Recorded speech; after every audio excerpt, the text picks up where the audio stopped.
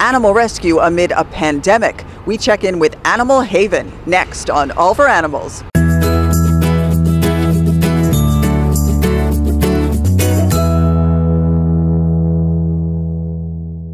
It was a really scary time. Those first few weeks and months, everyone wasn't sure what we were going to do.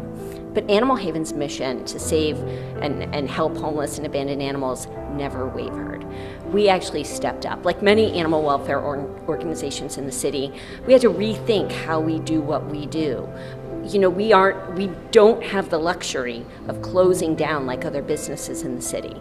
So what we did was step it up. We figured out how we were going to reduce the spread of the illness, how we were going to help and maintain a premium care of the animals at the shelter, and how we were going to stay afloat. And that was our central part during those first few months. And we did just that. First, to limit the spread, we decided to go appointment only. So people who were interested in adoption had to make appointments to begin that process. And that was key for us. Second is, for those first few months, and actually almost the first year, we limited staff. We limited staff and volunteers on site. So staff like our adoption counselors could do so much of their pre-screening work virtually. So volunteers stepped up in a beautiful way. They actually said, how can we help more? And we said fostering. So many fosters came through, and so we were able to actually extend services. For instance, what I'm most proud of at Animal Haven is that we were able to help owned animals, people who had animals and they were facing health crises because of COVID, and because they had to leave their apartments because they were at risk of spreading the illness. So we stepped up and helped hundreds of animals, actually. People who were in the hospital, people who, there was a seniors building uptown, and they all had to be evacuated to hotels, but they couldn't bring their animals. So we helped more than a dozen of those animals for more than a month. It was incredible. So where are the animals coming from now at this point that may be different from pre-pandemic, or is it?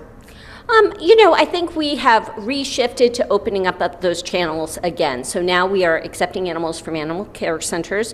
We're also receiving transports from Antigua and from the South and from other sources, and also internationally, so that not just the animals coming from ACC and the owner surrenders, but we are getting puppies again, and we are getting kittens from the Feral Cat Initiative. While you can't just walk into Animal Haven, as a walk-in, we are encouraging people to look on our website, and that's the easiest thing you can possibly do if you're interested in adopting. Go to our website, and if you go to the section that you can choose an animal, and if you see an animal that you're interested in, click on it, and it will direct you to fill out a general inquiry, and that will begin the process. It's never been easier. And then one of our adoption counselors will reach out and begin that process and screen to make sure that that's an animal that is appropriate, and begin that matchmaking process. I'm so proud that more than 200 volunteers come through and help us to maintain our facility. So we are back. People who are interested in volunteering can go to our website, to our volunteer page, and complete the introduction page and attend an orientation. They are in person again, and begin that process. We actually held 2 virtual galas, and they were hard and they were difficult, and I hope we'll never have to do it again. But we actually dug deep and we became more creative. And people really decided they wanted to support us. It engaged our volunteers, our adopters, our supporters, our friends. We are very much looking to the next gala in May to be in person again. But in the meantime, our work during the pandemic and after has never been more valuable, I think. We are rescuing animals every single day, making sure that when they come in, they get the care that they need, and then we begin that search to find that forever home. It's really important, I think, and every day is a good day to support Animal Haven.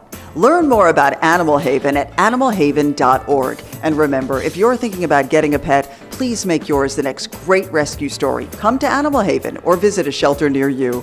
I'm Susan Richard. Thank you so much for watching, and we'll see you next time on All for Animals.